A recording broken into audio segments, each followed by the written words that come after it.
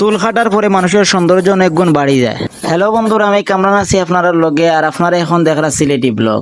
আজকে হইলো গিয়ে আমার বাতিজার হলিয়া চুল কাটার গেলাম গিয়া হঠাৎ মনে হইলো একটা ভিডিও করিলে, আর আমি যেহেতু কইছি ভিডিও করার কথা, বাতিজার না করতে পারছেন না, ও আমিও তার অনুমতি নিয়ে মোটামুটি একটা ভিডিও করতে শুরু করলাম। আমার মেইন উদ্দেশ্য ছিল আমার পেজেও কিন্তু বেশ ভিডিওটা ছাড়াও না, ব্লগ ভিডিও হইলাম একটা ব্লগ ভিডিও করিলে।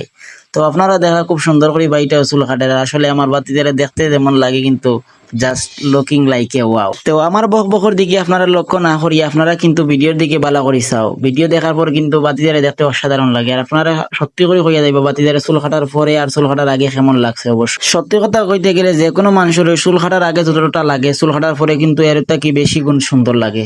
প্রত্যেকটা মানুষই কিন্তু চুল কাটার পরে তার সৌন্দর্য অনেক গুণ বৃদ্ধি পাইলে, এটা আমরা সবাই জানি। আর আমার বাতিজার কিন্তু চুল আর দাড়ির কাটিংটা কিন্তু অসাধারণ, কিন্তু সবার কিন্তু এরকম থাকে না। সত্যি কথা কইতে গেলে আসলে এইরকম ব্লগ আমি করি না, কিন্তু আজকে হয়তো শরম করিলছি, শরম ভাঙ্গিয়া কইলাম যেহেতু বাতিজা বইছেন সেহেতু চাচায় তো আর শরম করলে হইতো না। তো অবশ্যই আপনারা দেখরা খুব সুন্দর লাগে চুল কাটার পরে বাতিজা দান পেমেন্ট করা, আর আমি কিন্তু ভিডিও চালাই দিই। অনেক মানুষ আমার মুখ পাইছে, এটা তো আমি আর শরম করছি না। তো আজকের মতো সবাই এখনো বলা তো আসসালামু আলাইকুম।